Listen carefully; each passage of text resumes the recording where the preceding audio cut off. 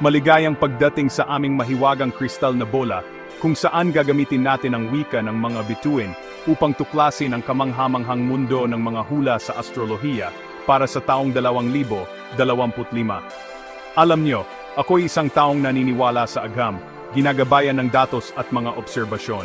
Ngunit, ang paggalaw ng mga bagay sa kalangitan ay nakakabighani sa sangkatauhan sa loob ng maraming siglo.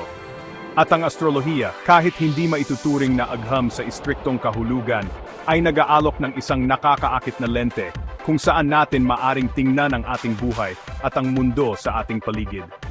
Mula sa malalaking paglinya ng mga planeta hanggang sa bulong ni Mercury tungkol sa mga teknolohikal na pag-unlad, ating sisisirin kung ano ang maaring inihahanda ng kosmos para sa atin.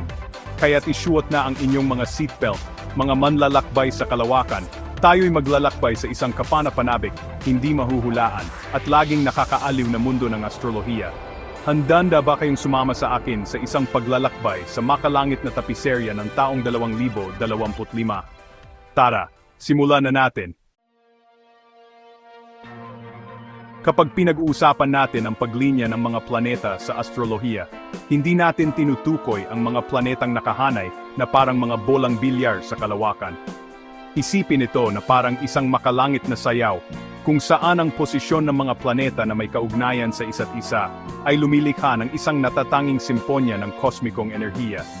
At sa taong 2025, ang musika ng kosmos ay magiging kakaiba. Isa sa mga pangunahing paglinya na dapat nating bigyang pansin ay ang pagsasama ng Jupiter at Saturn sa Aquarius. Si Jupiter, ang planeta ng paglawak at kasaganaan, na nakipagtagpo kay Saturn, ang planeta ng istruktura at disiplina, ay isang mahalagang pangyayari. Parang sinasabi sa atin ng sansinukob na mangarap ng malaki, ngunit may malinaw na plano. Ngunit sa Aquarius, ang simbolo ng inobasyon at pag-unlad, ang pagsasamang ito ay maaring mga hulugan ng isang panahon ng mga makabagong tuklas, mga pagbabago sa lipunan, at mga teknolohikal na pagsulong. Isipin na lang, ano ang mangyayari kapag ang malawakang pag-isip ay nakasalubong ang disiplinadong pagkilos sa simbolong yumayabong sa pagtutulak ng mga hangganan? Marahil tayo ay nasa bingit ng isang teknolohikal na renaissance, isang pagbabago ng paradigma sa paglapit sa mga pandaigdigang problema, o kahit isang bagong panahon ng paggalugad sa kalawakan. At isa lamang ito sa mga paglinya. Makikita rin natin kung paano magpapatuloy si Uranus, ang planeta ng mga revolusyon at pagbabago, sa kanyang paglalakbay sa Taurus, ang simbolo ng katatagan at praktikalidad. Ang kosmikong banggaan na ito ay maaring humantong sa mga hindi inaasahang pagyanig sa ating mga sistemang pinansyal, mga pamamaraan sa pagsasaka, at maging sa ating kaugnayan sa daigdig mismo. Tandaan, ang kosmos ay isang pabago-bagong lugar, palaging gumagalaw, palaging nagtutulak sa atin na umunlad. Ang mga paglinya ng mga planeta na ito ay hindi tungkol sa paghula ng mga partikular na kaganapan, kundi tungkol sa pag-unawa sa mas malawak na kosmikong enerhiya na gumaganap. Kung mayroon mang isang bagay na maasahan natin sa ika-21 siglo, ito ay ang pag-unlad ng teknolohiya. Ngunit ano ang naghihintay sa atin sa aspetong ito sa taong 2025? Ayon sa mga astrologo, si Mercury, ang mensahero ng mga Diyos at tagapamahala ng komunikasyon at teknolohiya, ay may sasabihin. Si Mercury ay sasayaw sa iba't ibang simbolo ng zodiac sa buong taon, at maari nating asahan ang isang ipo-ipo ng mga inobasyon, lalo na sa larangan ng komunikasyon at teknolohiya ng impormasyon. Isipin ang napakabilis na internet, mas matatalinong smartphone, at mga virtual na mundo na sobrang totoo na naglalaho ang linya sa pagitan ng digital at physical. Ngunit hindi lamang ito tungkol sa mas mabibilis na gadget at makabagong mga device. Ang impluwensya ni Mercury ay maari ring maghatid ng isang bagong panahon ng digital literacy at pagkakaugnay-ugnay. Isipin ang isang mundo kung saan wala ng mga hadlang sa wika, kung saan ang pag-access sa impormasyon ay pandaigdigan, at ang mga teknolohiya sa komunikasyon ay nakakatulong upang mapagtagumpayan ang mga hangganan ng kultura. Siyempre, ang malaking kapangyarihang teknolohikal ay may kaakibat na malaking responsibilidad. Ipinapaala sa atin ni Mercury na gamitin ang mga pag-unlad na ito ng may katalinuhan, ethical, at para sa ikabubuti ng sangkatauhan. Pakikingganan ba na ang panawagan ng mensahero? Ipapakita ng panahon. Ngayon, pag-usapan natin ang paboritong paksa ng lahat, pera. Si Jupiter, ang planeta ng kasaganaan at swerte, ay tradisyonal na iniuugnay sa kayamanan at kaunlaran. Ngunit naalala niyo ba ang pagsasama ni Jupiter at Saturn na nabanggit natin kanina? Ito ay gaganap ng mahalagang papel sa ating mga hula sa pananalapi para sa taong 2025. Gusto ni Jupiter sa Aquarius na gamitin natin ang mga bagong sistema sa pananalapi, pag-aralan ang mga alternatibong pera, at mag-isip ng hindi karaniwan pagdating sa paglikha ng kayamanan. Gayunpaman, ang mapagpakumbabang impluwensya ni Saturn ay nagpapaalala sa atin na maging practical, estratehiko, at iwasan ang hindi kinakailangang peligro. Ang kosmikong pagbabalanse na ito ay nagmumungkahi ng isang taon ng parehong mga oportunidad at hamon sa larangan ng pananalapi. Maari tayong makakita ng pag-usbong ng mga bago, desentralisadong ekonomiya, mga makabagong diskarte sa pamumuhunan, at mas malaking pagtuon sa pinansyal na kakayahang maabot. Ngunit hindi lahat ay magiging maayos. Ang presensya ni Saturn ay nagbabala laban sa mga walang ingat na paggastos, mga bula ng haka-haka, at mga patibong ng paghabol sa mabilis na kayamanan.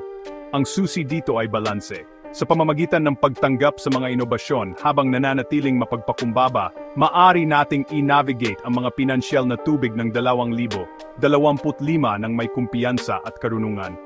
Tandaan, ang mga bituin ay hindi nagdidikta sa ating pinansyal na kapalaran. Nagbibigay lamang sila ng kosmikong mapa. Nasa sa atin kung gagawa tayo ng matalinong mga desisyon, pamamahalaan ng matalino ang ating mga mapagkukunan, at lumikha ng isang maunlad na kinabukasan para sa ating sarili at sa mga susunod na henerasyon. Kapit lang, dahil si Uranus, ang planeta ng mga revolusyon at pagbabago, ay patuloy sa kanyang hindi mahuhulaan na paglalakbay sa Taurus, ang simbolo ng katatagan at tradisyon. Ang kosmikong bangga na ito ay parang isang lindol sa kalawakan, na yumayanig sa mga pundasyon at pinipilit tayong muling suriin ang ating mga pinahalagahan, paniniwala, at ang mismong istruktura ng lipunan. Si Uranus sa Taurus ay isang panawagan para sa aksyon na hinihikayat tayong kumawala sa mga lumang istruktura at yakapin ang mga progresibong ideya. Maari nating masaksihan ang pag-usbong ng mga kilusan para sa katarungang panlipunan, ang pagsusumikap para sa kaligtasan ng kapaligiran, at ang muling pag-iisip sa tradisyonal na pamamahagi ng kapangyarihan. Ang pagbabagong ito ay tungkol sa paghamon sa status quo, pagtatanong sa mga awtoridad, at paghingi ng kapantay-pantay para sa lahat. Ito ay tungkol sa pagkilala na ang pagbabago ay hindi maiiwasan, at sa pamamagitan ng pagyakap sa inobasyon at pagiging inklusibo, maari tayong lumikha ng isang mas makatarungan at pantay na mundo. Ngunit maging handa sa ilang pagtutol. Ang Taurus, bilang isang nakapirming simbolo ng lupa, ay hindi madaling bumitaw sa kanyang mga nakasanayang gawin.